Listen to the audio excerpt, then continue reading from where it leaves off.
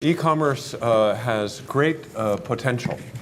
I recently retired from public service and am now running a trade association, and our trade association has members all over the e-commerce chain, from content to equipment to software to product. We are very engaged in expanding the trade. However, I think that some of the warnings that Alan intimated at are very real. We are following some 5 pieces of legislation, both in Beijing and in Washington, which may have a deleterious impact on e-commerce. In the United States, the application of export control law in a very broadly defined way can have an impact on e-commerce. And I would submit to you that the Grindr case is an interesting precedent, where a Chinese investment in an American company was legal on Tuesday and then became illegal on Wednesday due to a change in the law. In China, also, we're seeing a number of legislative challenges. Just this morning, I was reviewing some legislation from the Cyber Administration of China, which appears to suggest that all foreign equipment and software have to be ripped out of Chinese institutions. We are concerned especially about the data flows. Alan, I think, did a very good job at setting the table. Just a few days ago, I was speaking with a Chinese internet entrepreneur, a great leader, a global leader in this space. And he noted that they would not bring data back to China. A Chinese company would prefer to keep their data out of China because if it was in China, they would not be able to use it on a global basis. So both countries need to be cautious about their legislative environment, not to kill this baby in the crib. Thank you. Ryan, do you have some thoughts on this subject? Good morning, ladies and gentlemen. Hi, Mike. I do want to introduce PingPong a little bit. Sure. So PingPong is an innovative global payment platform. And to make it easy to understand, if a U.S. seller sell an ice cream machine in UK, and what we do is we help repatriate that money back from UK to a local U.S. banking account and associate with all the value-added service. PingPong, the founders of PingPong created that company back in 2015 in New York City. And now we have offices in San Francisco, New York, Shenzhen, Hangzhou, Singapore, India, Europe, as well as Japan. So overall, 500 employees over the world. What happened in general is people overlook the small, medium size merchants. But let's just use China as example. There are 40 million small, medium-sized merchants in China, and 5 million of them are engaged in international trade. And those 5 million entrepreneurs contribute 60% of Chinese export and import volume. So what PingPong trying to do is break the barrier. We want to make it easy for those international traders to sell easy throughout the world and connect to other partnerships to make their business easier.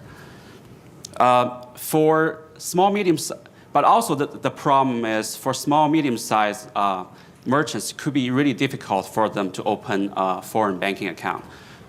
What we're trying to do here is enable the customer to access the global banking system easily, as well as making them to feel comfortable to making transactions. To achieve this, we take into account of numerous local legislation, regulation, as well as connect to international market, which already operate under various rules, established rules.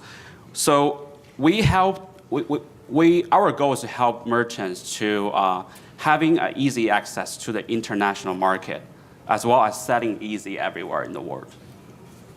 Yeah, it's fascinating. I was in Hangzhou a couple of years ago, and it's amazing how many mom and pop shops are starting in homes. And you know, when you look at poverty alleviation in China, it's kind of targeted now. They're looking at e-commerce as a method of trying to help lift people out of poverty. Liefeng, I want to give you equal time because he had a chance to talk about what his company is doing. Perhaps you can tell us a little bit more about yours, and if you want to weigh in on this subject, please do. Yeah, of course. So, first of all, I want to talk about data privacy from company side first. So I think, you know, these days all of company care about data privacy a lot because company cares the customer, right? The customer actually want to have privacy. So for instance, you know, company use a lot of technologies actually to make data private.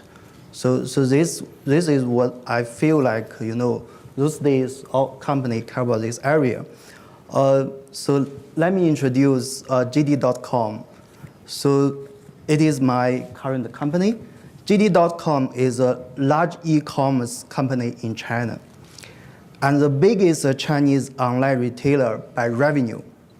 It offers customers the best online shopping experience. The company is a member of Fortune Global 500. JD.com offers over 300 million active users, a vast selection of products across every major category: electronics, apparel, furniture, fresh food, and so on.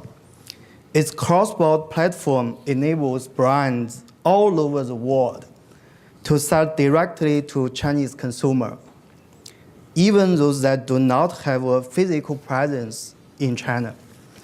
So I think we talk about logistics as well, right? It's very critical to, you know, if we want to have, you know, goods from US to China. JD.com has one of the largest fulfillment infrastructure in the world. Currently, it operated 20 Asia #1 logistics parks, which are the smartest fulfillment centers in Asia. The company has a network of 550 warehouses with a total of over 12 million square meters and offers its customer same and next day delivery. So, you know, at Amazon, right? You know, Amazon, you know, for the Prime member, Amazon offer like 2-day deliver. So in China, it's very often just for same day deliver. Let's say you put order in the morning, then you get your product, you know, before evening. That's really nice experience. So JD is very famous for its, you know, its incredibly deliver experience. So actually, so JD Digits is a leading Chinese digital technology company that connects financial service with real economy through world-class digital solutions. So that is what I'm working on. I'm doing like, you know, artificial intelligence in JD Digits. First established and JD.com, it started operating as an independent company in October 2013. JD Digits is now reshaping not only finance industry, but also smart city, agriculture, and digital marketing industry. So I guess in China, it's quite popular for people to talk about smart city. So smart city means we want to actually bring artificial intelligence, IoT, and you know, blockchain, all those kind of fancy technology to actually make our city better. I think this is quite relevant to, you know, to like every, you know, let's say every state in like United as well. So in 2018, GD Digits was valued at over 20 billion US dollars as a startup company. So, yeah. Very That's impressive. my, yeah. Craig was talking about regulations, laws. I'm not sure it is a law, but I'm pretty well convinced that in the Silicon Valley, you can't wear a necktie. So that's why Bo Liefeng is in the apparel that he's in tonight, and we appreciate that. And Alan, we've had kind of a nice overview. You set the stage for us. We've heard a number of discussions about all the different issues, and it's so layered and so complex. What do you see as the major challenge right now that needs to be addressed in terms of e-commerce? Well, I think I'll focus on cross-border e-commerce. Yes. Because I think that's of interest to this audience. And I think there, the issues are the ones that I talked about, the issue of intellectual property protection and how companies can protect their trademarks and their brands is critical for small companies. And my office works all the time with companies that brands or their trademarks have been sat on, stolen, and it's a real problem that we just need to find better ways of addressing. A second one, though, and I think coming up, is standards. Craig alluded to the fact that we're concerned about some of the standards coming out of China on this issue of so-called secure and controllable networks in the IT area. And I've looked at these things. Many of them are discriminatory, not just against foreign products, but against products from small companies in China. And it's very subtle, it's very insidious, and it's going to be deeply problematic, I think, going forward, some of these standards. And in that area, though, in a more mundane sense, standards for products need to be harmonized, and there needs to be better. So, classic example, cosmetics from the United States, cosmetics in China can be registered with the Food and Drug Administration as safe on a recognizance. You just go to them and say, this cosmetic doesn't have anything in it that harms people, it doesn't have anything new, it's good. If you're a foreign company and you want to bring your cosmetics in, you have to get them animal tested. And our companies can't do animal testing because it would ruin their markets in the United States and Europe. So there's a real problem with standards in that cosmetics area, and you can multiply that out across other areas where we need more harmonization and standards. So to sum up, I would say the two big ones are standards and IP protection in cross-border. Craig, I saw you nodding your head. Did you want to say something? Two things. That e-commerce in the entertainment world has really changed the world. And in the old days, we would be arguing about whether China would let in 12 films or 13 films, and the American negotiators would demand 13, and the Chinese would say no more than 12. And so, but those days are a little bit over, as streaming has permitted the much broader expansion of American content, global content, in China, and that's a very, very good thing. However, there are issues associated with streaming that need to be addressed. So while I was not in China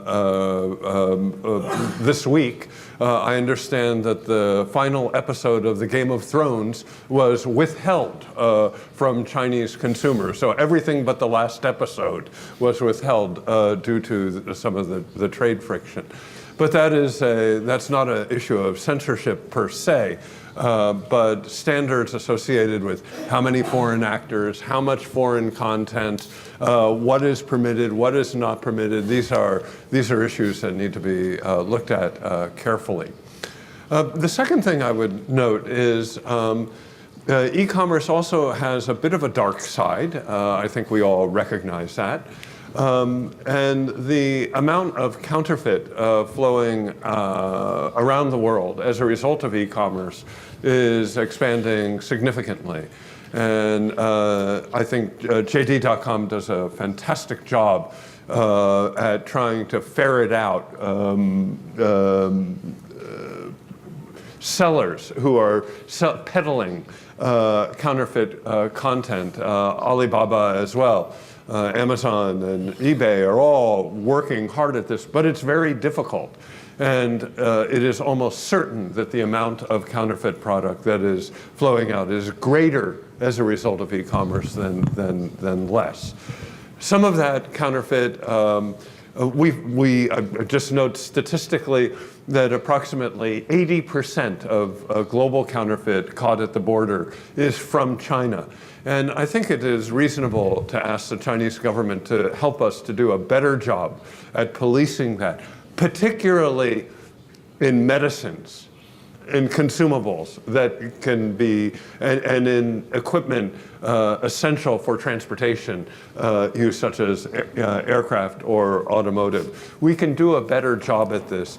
And the dark side, if you will, of e-commerce should be regulated more closely. And just final note on that. I was very pleased and very thankful that the government of China recently banned the manufacture of fentanyl and other opioids, and we appreciate that very, very much. But that was one of the industries that benefited enormously from if you will, e-commerce. And it takes a commitment, like the commitment to ban production of fentanyl, to really address the issue. But I would like to publicly express my thanks to the Chinese government for taking that step. It's important. Other issues of counterfeit are also important, but the pharmaceutical area is certainly number one. Thank you. Go ahead, Brian. Just adding something to Craig's comments. As a global e-commerce platform, we've been talking with a lot of customers, and we noticed a lot of concern from the sellers over the world. Problems like people's unsure about the safety of the user data and intellectual property security, and unfair competition and unregulated trade activities. And that's why PingPong been working closely with federal, state regulators, European regulators, as well as Chinese government to address those problems and gave our seller comfort to doing business at another country that they don't speak the language, taking long shipping time, as well as banking system. Building trust is very important for e-commerce market. As now those problems are constantly hurting the confidence of the market as well as consumers' interest.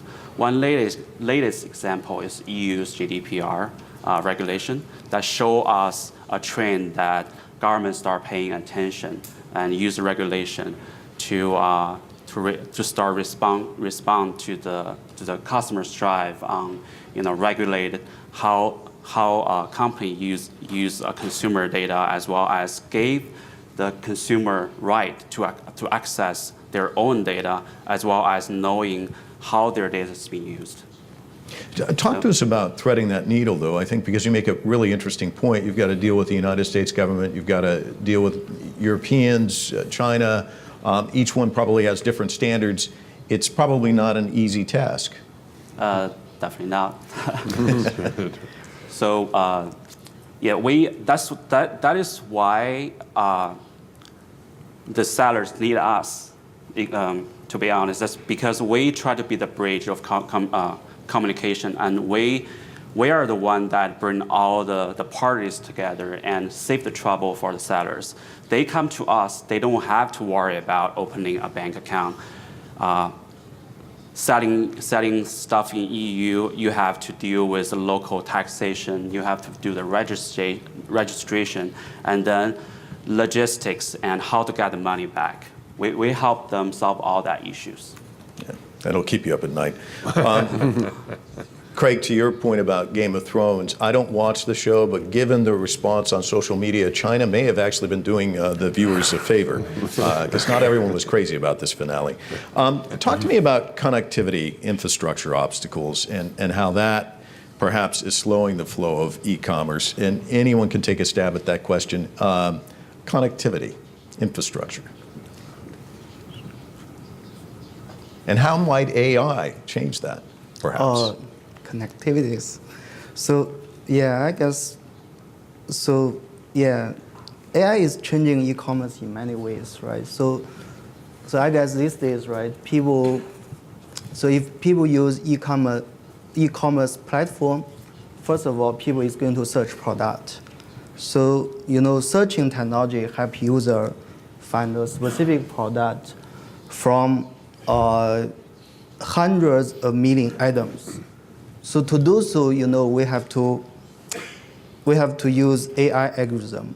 For instance, the system is going to use natural language processing to understand customer query text, and user intent. It then use big data and machine learning algorithm actually to build index for every items, and identify the right one in less than a second. So people can find the product really easy. So I think this actually is going to make customer much easier to connect to the product they want to purchase. So this is one side of this connectivity. So I think the other side I'm going to think about warehouse. So for instance, with Amazon, there are a lot of warehouses. Company actually can make product price lower, which is, I believe, is really benefits for customer because, lower price is really always attractive for customer. So this is the one thing. I think in the future, even let's say people think about those kind of autonomous delivery robots, then it's possible, let's say, cut this kind of price even further. Then there are a lot of pinpoint a lot of time and energy for last mile deliver. So with advance of continuous on this kind of AI technologies, it is possible for autonomous delivery robot to work on sidewalks to deliver this kind of products to directly to the house of customer, or just fly above building all this kind of stuff, right? So I think it's going to help a lot. It's going to be a whole new world. Yeah. I'd like to talk a little bit about infrastructure, or transportation, logistics, having spent a lot of time in that world. But I think there's an interesting contrast that in China, the physical transportation infrastructure is excellent. It's brand new. The roads, the highways are great. Interestingly, though, the regulatory infrastructure is appalling and keeps people from utilizing that infrastructure efficiently. If you drive outside of Beijing during the day, you'll see lines and lines of trucks outside of Beijing.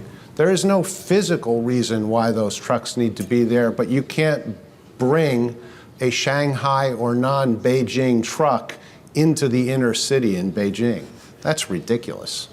There isn't a lot of connection between the railroads and the road network in China. They don't have big interchanging yards because of the different standards and the different bureaucracies. So China has a lot of work to do on the regulatory side to drive infrastructure costs down and logistics costs down. They're quite high. I think it's interesting, in the US we have the opposite problem. We have an excellent regulatory structure. We have an interstate commerce clause in the Constitution. You can move stuff around. The modes of transport are great, but people from the United States, our infrastructure is appalling, let me tell you. I moved back after 32 years overseas, and we need to work on our infrastructure. The physical infrastructure in this country is falling apart, and we need to fix it. Greg. Yeah, I would note that this mismatch in types of infrastructure excellence has profound consequences on trade between our two countries. So if you are shipping food from China to the United States by boat, generally you could get it to the customer within 10 days. But generally, shipping food from the US to China will take more than double that, more like 3 weeks on average. And that's not as a result of the physical infrastructure, but as a result of customs requirements and testing and et cetera. So effectively, it becomes much more difficult to export food from the United States to China than from China to the United States. On the subject of connectivity, I think that both governments could do a better job at allowing the private sector to give us the connectivity that we desire. So in the United States, I don't know how much our American colleagues pay for their internet at home, for your Wi-Fi, but I know it's a lot more than would be paid in nearly every other country. Similarly, in China, there's a lot of room for improvement in the control of the information space in general. So I live in Virginia, a suburb of Washington, D.C. I take the subway into work every day, and at my local subway station, I have 2 Chinese newspapers that I could buy, one for free, and one I could buy and take them in and be 100% coherent on what their view is on that day before I get to my office. When I am in China, however, I can't anywhere get a foreign newspaper. And I think it's unfair to the Chinese people not to have free and open access to foreign media. The Chinese people deserve access to read the New York Times, the Wall Street Journal, the London, the Nihon Keizai, the French, whatever. And that mismatch is, I think, unfortunate. It gives me an advantage that my Chinese friends and colleagues don't have because you don't have direct access to foreign news sources that I enjoy. And I'd love for my Chinese friends to be able to read the Washington Post or the New York Times or any media that they want much more freely. Why not? There's a diversity of views in the world. We should celebrate that diversity of views. Thank you. Well, Craig, the first time I went to Beijing, I flipped on the TV and it was CGTN, CCTV, CGTN, and there I saw our channel on the air, and I didn't have to compete against 400 channels here in the United States, and I actually celebrated. But that's a different perspective. We've spent a lot of time talking about the challenges. Let's talk about the opportunities for U.S. companies seeking to sell goods and services into China, utilizing e-commerce, digital platforms. And Alan, maybe we can start with you, because one of the things you brought up was Singles Day, which at our network we cover quite a bit. I mean, it's such an explosion. It's just incredible how it's just grown and grown. And I remember this last year, I was watching CNBC, and a lot of the coverage there was, how do these American companies get a piece of this action? Because it really is incredible. Talk to me about the opportunities out there for U.S. companies. I think the opportunities are tremendous, but U.S. companies are going to need to work with experienced players in the China market, such as JD. Yeah. I mean, JD offers a great platform for companies, but it's not ready-made. You don't just say, okay, I'm going to go on JD.com, I put up my products, and away we go. The way products are advertised in China, the role of media influencers in China, companies really have to do their homework and their market research. There are a variety of specialized platforms. There's one for mothers and children.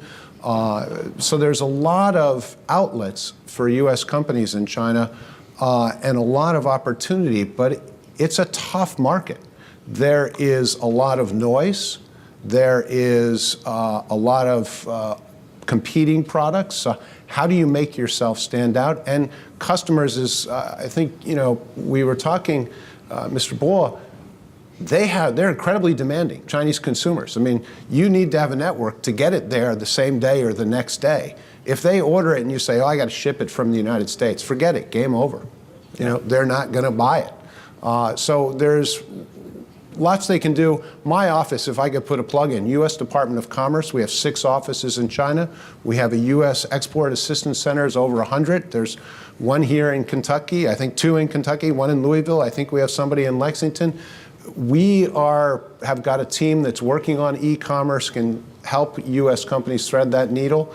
I know that JD.com has offices in the United States. They're always happy to talk to U.S. firms and the other Chinese companies. But one stop would be your local government office, either the state of Kentucky or whatever state you're in, and the Commerce Department. We have a team who are helping successfully U.S. companies get into these markets. Yeah, it's interesting, U.S. companies, stars in their eyes when they think about the potential of that audience, but there are some difficulties, aren't there? Yeah. So yeah, thanks. I think JD.com is definitely a great choice for U.S. companies. Everybody's getting their plugs in right now. So I think, I agree with you. The opportunity here is huge. So the opportunity is actually Chinese like U.S. product because of the quality, the brand, and so on. So one thing I think the challenge actually is the culture. Yeah. So the product that is popular in U.S. might not be as popular in China. Sure. So that might be one problem company need to think about to solve. So for my thinking, U.S. companies need to focus on like a Chinese customer and focus on what they really need. So I believe, to do so, it's important actually to have someone in company to understand the Chinese culture, right? To understand, let's say Chinese market. Yeah. So for this one, I will give an example. For instance, Chinese invest a lot for those kind of education, right? Particularly for children. So in this area, a lot of, let's say, they invest a lot for like English, right? Learning English, learning different language, all those kind of stuff. Also, parents invest a lot on this kind of, let's say, how actually the kids grow, right? In the different, let's say, different aspects, include like, music, all this kind of stuff, right? So if you know that, if you know that market well, then it's definitely possible. I think, Yeah. So I think that there is, good. Yeah, really great opportunity over there. It's interesting talking about culture. I remember the first time I went to China, everybody gave me like the tips on how to hand over the business card and all of that sort of thing. And it's ridiculous because nobody hands out business cards anymore. You got WeChat, they scan your barcode. It seems to me that China is so far ahead when it comes to digital and how they see things digitally. And to Alan's point about, you expect things now, and I know people there that they don't carry money anymore. Everything's paid through they use their phone. Yes. So Ryan, talk to me about the challenges for U.S. companies from the standpoint of culture and trying to understand and get inside the mindset of the consumer in China, because they're very different from the consumer in the United States. Mm-hmm. My point of view, I want to borrow what Jack Ma mentioned. Jack Ma's statement in the 2018 World Economic Forum is no one can stop globalization and no one can stop trade, because share a personal experience. As years ago, I brought back some Costco snacks back to China to my parents, and they loved it. But now I go home, my parents just shop those Costco brand and the things they like through Tmall through Taobao, like what we do every day through Amazon. So what I want to point out is, there's supply, there's demand. No one can stop that.